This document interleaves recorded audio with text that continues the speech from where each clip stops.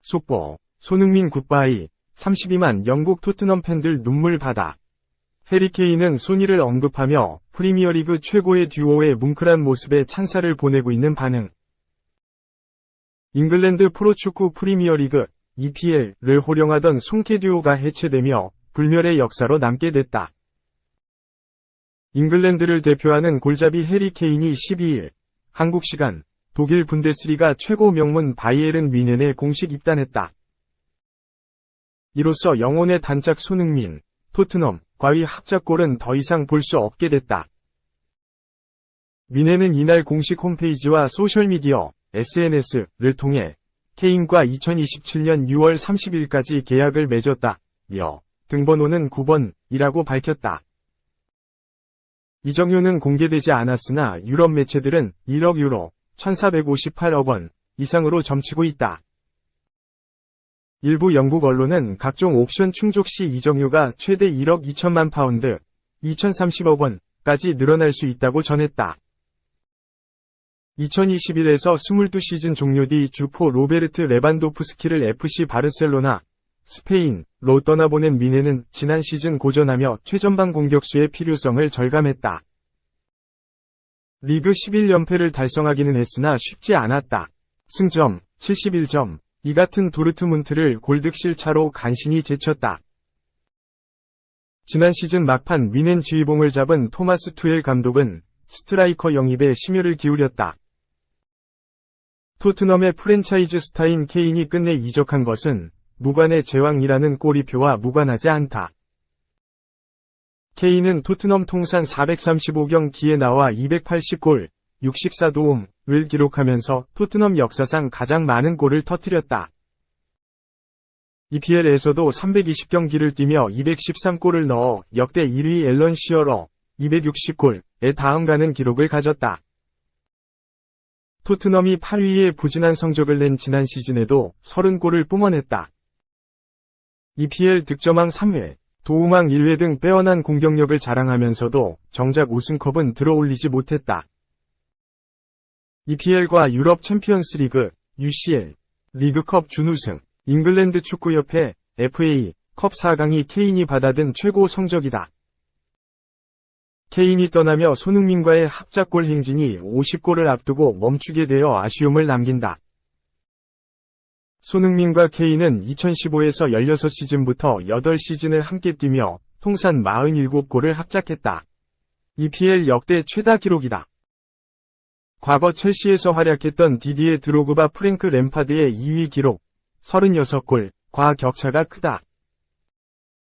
지난 시즌 뭉친 맨체스터 시티의 엘링 홀란 케빈 더브라위너 10골, 또 송케 듀오를 따라잡기는 힘들어 보인다. 무엇보다 송케 듀오의 합작골은 황금 비율을 보여 더 빛난다. 손흥민이 24골 23도움, 케인이 23골 24도움으로 진정한 의미의 합작이다. 드로그바 24골 12도움, 램파드 12골 24도움, 홀란 8골 2도움, 더브라위너 2골 8도움는 한쪽의 도움이 비중이 크다. 송케 듀오의 호흡이 처음부터 도드라졌던 것은 아니다. 크리스티안 에릭센, 맨체스터 유나이티드, 델리 알리, 에버턴과 함께 DES K라인을 이뤘을 때는 4명이 고르게 활약했다. 그러나 에릭센이 2019에서 20시즌 종료 뒤 팀을 떠나고 알리도 기량이 급격하게 떨어지며 토트넘의 공격은 자연스럽게 송케 듀오의 호흡에 좌우됐다. 2020-21 시즌에는 14골을 합작해 EPL 사상 한 시즌 최다 기록을 세우기도 했다. 시즌별로 보면 2016-17, 2017에서 18시즌 각각 6개, 2018-19, 2019에서 20시즌 각각 4개, 2020에서 21시즌 14개, 2021에서 22시즌 7개, 2022에서 23시즌 6개다. 공식전을 통틀어 합작 7골은 2015년 11월 카라바흐, 아제르바이잔과의 유로파리그 조별리그 경기에서 에릭센의 코너킥을 손흥민이 헤더로 케인에게 연결하며 나왔다. EPL 첫 합작포는 손흥민이 토트넘에서 맞은 두 번째 시즌인 2016-17 시즌에 터졌다. 2016년 9월 스토크시티전에서다. 손흥민이 상대 박스 왼쪽 공간에서 왼발로 문전을 향해 빠르게 깔아준 공을 케인이 낚아채 왼발로 마무리했다. 손흥민이 케인의 도움으로 첫 골을 기록한 것은 2017년 1월 맨시티전에서다. 박스 안에서 케인의 발 뒤꿈치 패스를 받아 오른발로 골망을 흔들었다. 합작 3호 골이었다. 손흥민은 2020년 9월 사우샘프턴전에서 4골을 몰아쳤는데 모두 케인의 도움을 받는 절정의 호흡을 뽐내기도 했다.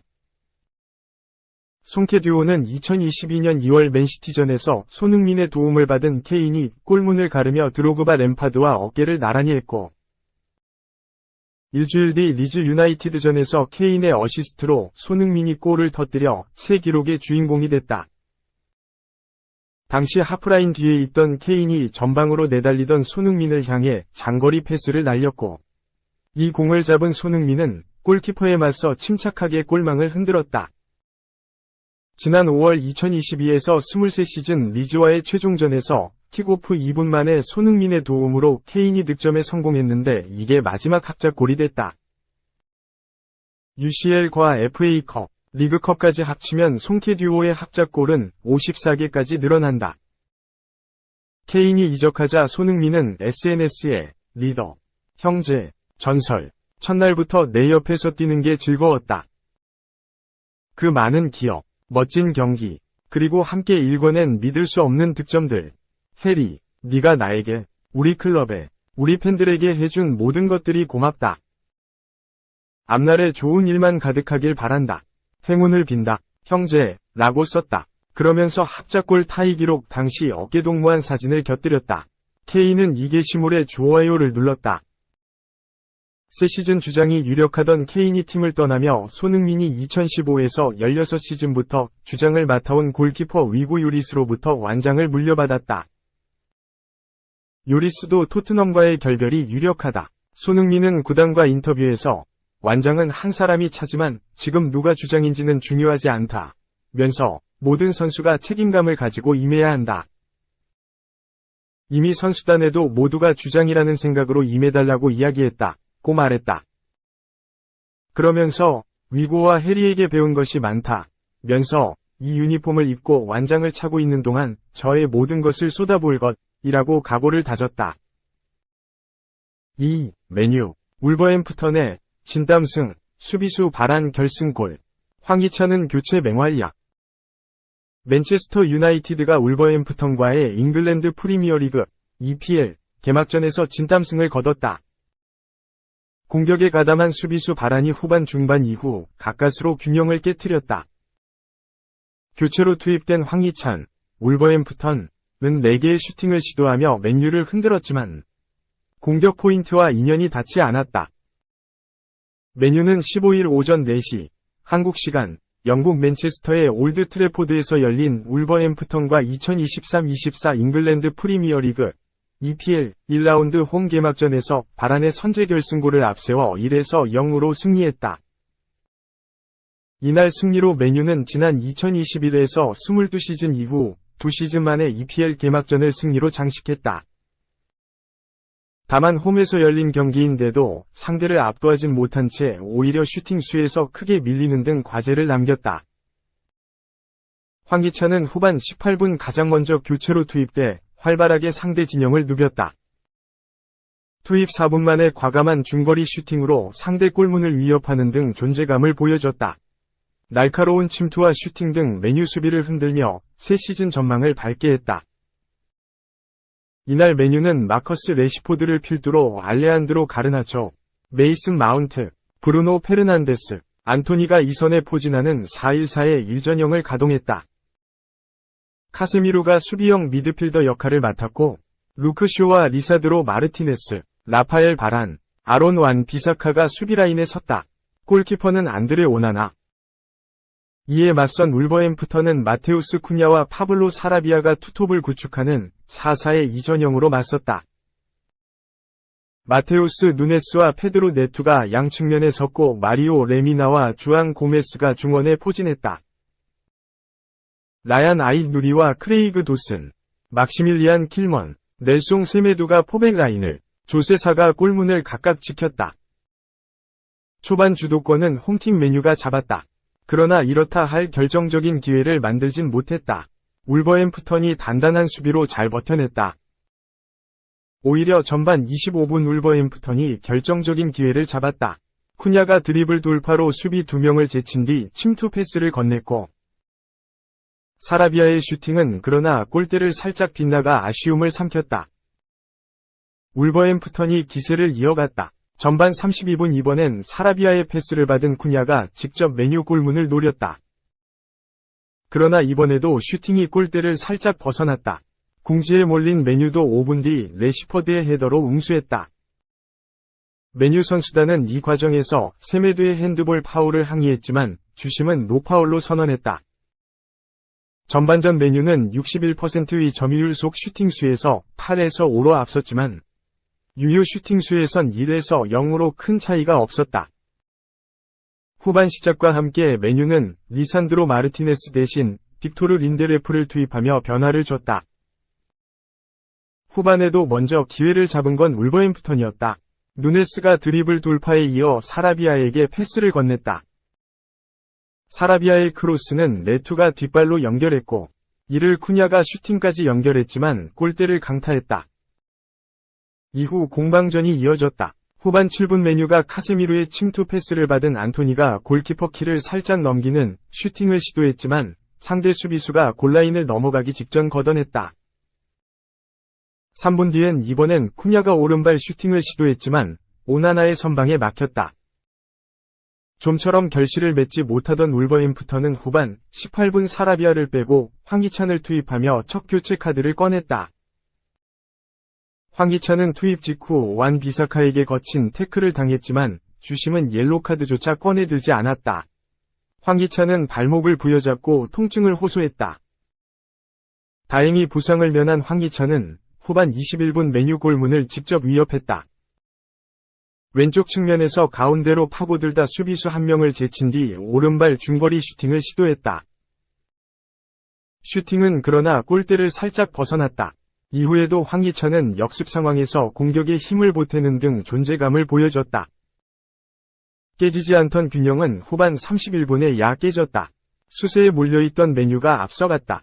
페르난데스가 박스 안으로 절묘한 로빙 패스를 건넸고, 이를 받은 완비사카의 크로스가 바란의 헤더로 연결됐다. 수비수인 바란은 기습적인 공격 가담에 이어 헤더 선제골까지 터뜨리며 포효했다. 궁지에 몰린 울버햄프턴이 거센 반격에 나섰다. 그러나 황희찬의 발리 슈팅이 골대를 벗어나거나 실바의 연이은 슈팅이 오나나 선방에 막히는 등 좀처럼 결실을 맺지 못했다. 울버햄프턴의 골이 터질 듯 터지지 않는 흐름이 반복됐다. 후반 추가 시간에도 공세는 이어졌다. 그러나 황희찬의 슈팅이 완비사카의 발에 맞고 굴절돼 역그물에 맞는 등 끝내 골이 터지지 않았다. 결국 7분이 추가 시간까지 모두 흘러 경기는 맨유의 1에서 0승리로 막을 내렸다. 원정팀 울버햄프턴 입장에선 아쉬움이 가득 남을 패배였다. 3. 개막전부터 대형 악재, 십자인대 부상, 복귀 시기, 불투명. 아스널은 15일, 한국 시간, 구단 홈페이지를 통해 팀버는 노팅엄 포레스트와의 경기에서 교체된 뒤 진단을 받았고, 오른쪽 무릎에 부상이 있는 것을 확인했다. 이제 팀버는 며칠 동안 추가 검진을 받을 예정이며, 적절한 시기에 팀버의 부상에 대한 추가 소식이 전해질 예정이다. 지금은 구단의 모든 사람들이 팀버를 지원하는 데에 집중할 것이다, 라고 했다. 현지 매체들은 팀버의 부상이 꽤나 심각하다고 보도했다. 네덜란드 매체, 데 텔레그라프는 팀버가 큰 타격을 입었다. 팀버는 초기 검진에서 전방 십자인대 부상이 있는 것으로 밝혀졌고, 앞으로 몇 달 동안 경기에 나서지 못할 것이다, 라며 팀버가 부상으로 인해 한동안 결장할 것이라고 했다. 또한 영국, 데일리 메일, 텔레그래프, 디 애슬레틱 등 복수의 영국 매체들도 팀버가 심각한 무릎 부상을 당했다고 전했다. 십자인대 부상이 맞는 것으로 여겨지는 분위기다. 팀버는 이번 여름 이적 시장에서 아약스를 떠나 아스널에 합류했다. 풀백과 센터백을 모두 소화할 수 있는 팀버는 아스널의 전술적 다양성을 더해줄 것으로 기대됐고,